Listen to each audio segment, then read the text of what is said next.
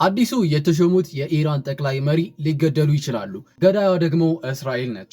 ኢራን አዲስ መሪ መርጣለች። እስራኤል ደግሞ ካልገደልኩት እያለች በዚህ ሰዓት እያሳደደችው ትገኛለች። በፍለጋ ላይ ነች። ይህ ሰውዬ የተሾሙት አዲሱ የኢራን ጠቅላይ መሪ ማን ናቸው? እስራኤልስ እንዴት ነው ልትገድላቸው ያሰበችው የሚለውን በትንሹ ለማየት እንሞክራለን። የነዳጅ ዋጋ ታይቶ በማይታወቅ መልኩ ከ4 ዓመት በኋላ $100 በላይ እየተሸጠ ይገኛል። ያ ማለት 15,000 ብር እንደማለት ነው። በጣም ብዙ ብር ነው። በጣም ነው ነዳጅ በዚህ ሰዓት የጨመረው ማለት ነው። እንዴት ነው ነዳጅ በዚህ ልክ የጨመረው የሚለውን በትንሹ ለማየት እንሞክራለን። ሁሉንም ነገሮች በትንሹ ለማየት እንሞክራለን። ዛሬ ትንሽ ዜናዎች ነው ያስኩላችሁ። ወደ 3 የሚሆኑ ዜናዎች ነው በተከታታይነት አቀርብላችኋለሁ። ደግሞ ልብስ ቀይሬ ነው መጣው፣ በሌላ ልብስ ነው ዜናውንም አቀርበው። ስለዚህ ሌላ ሰው እንዳልመስላችሁ ለማለት ነው። ለማንኛውም ሰብስክራይብ ያደረጋችሁ በየቀኑ አዳዲስ የሆኑ ዜናዎችን ስለምሰራላችሁ ማለት ነው። እንደዚህ አዳዲስና ወቅታዊ የሆኑ መረጃዎች በየቀኑ ለማግኘት ሰብስክራይብ የምትለዋን መጫናችሁ እንዳትረሱ። ከዛም ደግሞ የደውል ምልክቷንም መጫናችሁ እንዳትረሱ በየቀኑ ደርሳችሁ ማለት ነው። ወሬ ሳላበዛ ሳላንዛዛ ቀጥታ ወደ ዜናዎቹ አልፋለሁ። ዳይ ወደ ዜናዎች። ኢራን አዲስ መሪዋን መርጣለች። ጠቅላይ መሪዋን ማለት ነው። ባለፈው ሳምንት አያቶላህ አልካሜኒ መገደላቸውን ተከትሎ በሱ ምትክ ልጃቸው ሞጅተባ ካሜኒ አዲሱ የኢራን ጠቅላይ መሪ ሆነው ተሹመዋል።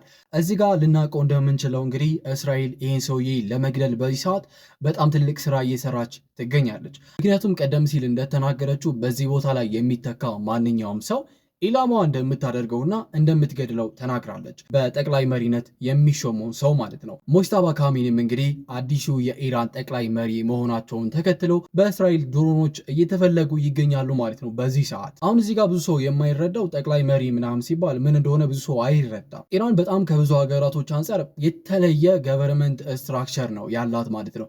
ሌሎች ሀገራቶች ከሄድና ካየን ዋና መሪውና ሄድ ላይ ዋና ላይ ያለው ጠቅላይ ሚኒስተር ወይም ደግሞ ፕሬዚዳንት ይባላል አይደለ?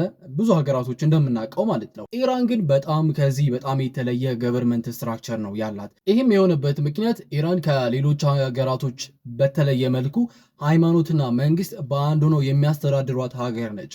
በዚህ ምክንያት በጣም የተለየ የሆነ የመንግስት አወቃቀር ወይም ደግሞ ገቨርንመንት ስትራክቸር አላት ማለት ነው። እስኪ በትንሹ ስለዚህ የገቨርንመንት ስትራክቸር ልንገራችሁ። ኢራን ውስጥ ትልቁ ስልጣን ባልተቤት ሱፐርሚ ሊደር ይባላል ወይም ደግሞ ጠቅላይ መሪ ይባላል ማለት ነው። የኢራን ከፍተኛው ስልጣን ማለት ነው። ይህ ስልጣን ሚሊተሪውን ይቆጣጠራል፣ ፍርድ ቤቶችን ይቆጣጠራል፣ ስቴት ሚዲያዎችን፣ የሀገር ውስጥ ሚዲያዎችን በሙሉ ይቆጣጠራል እና ዋና ዋና የሚባሉ ፖሊሲዎችንም ይቆጣጠራል ማለት ነው። ይህ ስልጣን የሀገሪቱ ከፍተኛው ስልጣን ነው። ከሀገር ውጭም ሆነ ከሀገር ውስጥ የሆነ ነገር ሊወሰን ሲል የመጨረሻውን ይሉኝታ የሚሰጠው ይህ አካል ነው ማለት ነው። እሺ ማለትም እምቢ ማለትም ይችላል ማለት ነው። ከዛ በመቀጠል ቀጥሎ ነው ፕሬዚዳንት ያለው ማለት ነው። በፕሬዚዳንቱና በጠቅላይ መሪው መካከል ጋርዲያን ካውንስል የሚባል አለ። ወደ 12 የሚሆኑ ሜምበሮች ያሉት ማለት ነው። ይህ ስራው ምንድን ነው? የጠቅላይ መሪውን ሀሳብን ወደታች የሚያወርድና የእሱን ሀሳብ እዚያ ሀገሪቱ ላይ የሚደረገውን ምንም አይነት ነገር ከኢስላማዊ አንጻር ትክክል ነው አይደለም እያለ ውድቅና የሚያደርግ ማለት ነው። በቃ ይህ ነው ስልጣኑ ማለት ነው።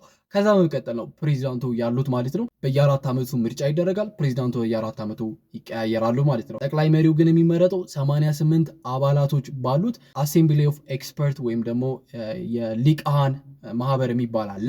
ያ ነው ጠቅላይ መሪውን የሚመርጠው ማለት ነው። እስኪ አሁን ደግሞ አዲሱ ጠቅላይ መሪ ሆነው ስለተሾሙት ሞጅተባ ካሜኒ ትንሽ ነገር ልንገራችሁ። አያቶላህ አልካሜኒ በጣም ለብዙ ዓመታቶች የኢራን ጠቅላይ መሪ ሆነው ሲያገለግሉ ነበረ። ባለፈው ሳምንት ግን እስራኤልና አሜሪካ ባደረጉት ጥቃት ነው የተገደሉት። ሞጅተባ ካሜኒ እንግዲህ የእሱ ልጃቸው ነው። በአጠቃላይ አያቶላህ አልካሜኒ 6 የሚሆኑ ልጆች አሉት። ሞጅተባ ካሜኒ ሁለተኛው ልጃቸው ነው። በጣም አይታወቅም፣ ብዙ ጊዜ በሚዲያዎች ላይ አይወጣም። እንደዚህ ወጣ ያለ ነገር በዓለም ዘንድ የሚታወቅባቸው ነገሮች የሉም። ወይም ቁጥብ የሆነ ሰው ነው። በጣም በብዙ ትንሽ ፎቶዎችና ከትንሽ ቪዲዮዎች በስተቀር ስለሱ በጣም የሚታወቅ ነገር የለም። ትንሽ ነገሮች ናቸው ስለሱ የሚታወቁት ማለት ነው። የተወለዱት እንግዲህ በ1969 ዓ.ም መስከረም 8 ነው የተወለዱት ማለት ነው።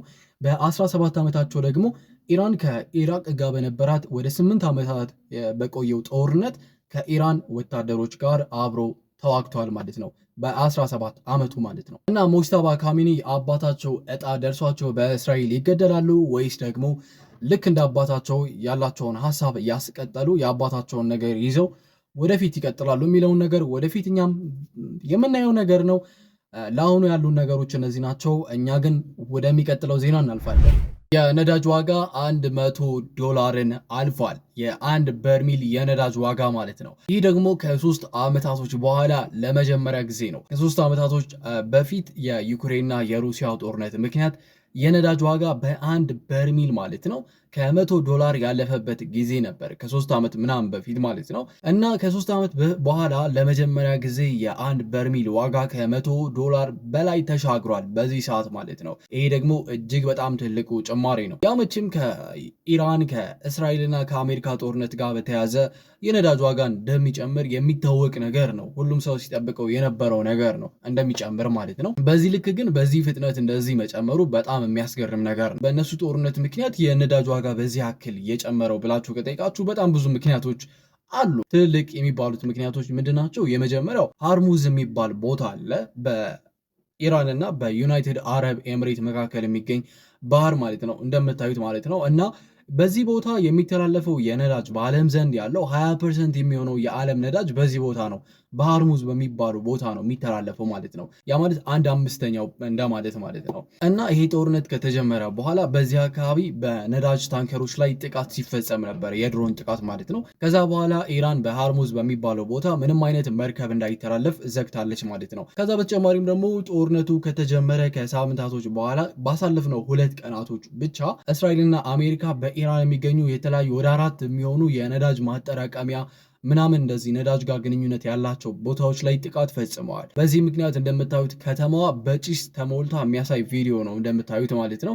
በጣም ከባድ ጥቃት መፈጸማቸው ማሳያ ነው ማለት ነው። ይህ ደግሞ የነዳጅ ዋጋ በጣም እንዲጨምር ካደረጉ ዋሳኝ ምክንያቶች አንዱ ነው። እዚህ ደግሞ ጥሩ ማሳያ ብዬ የምነግራችሁ ምን መሰላችሁ?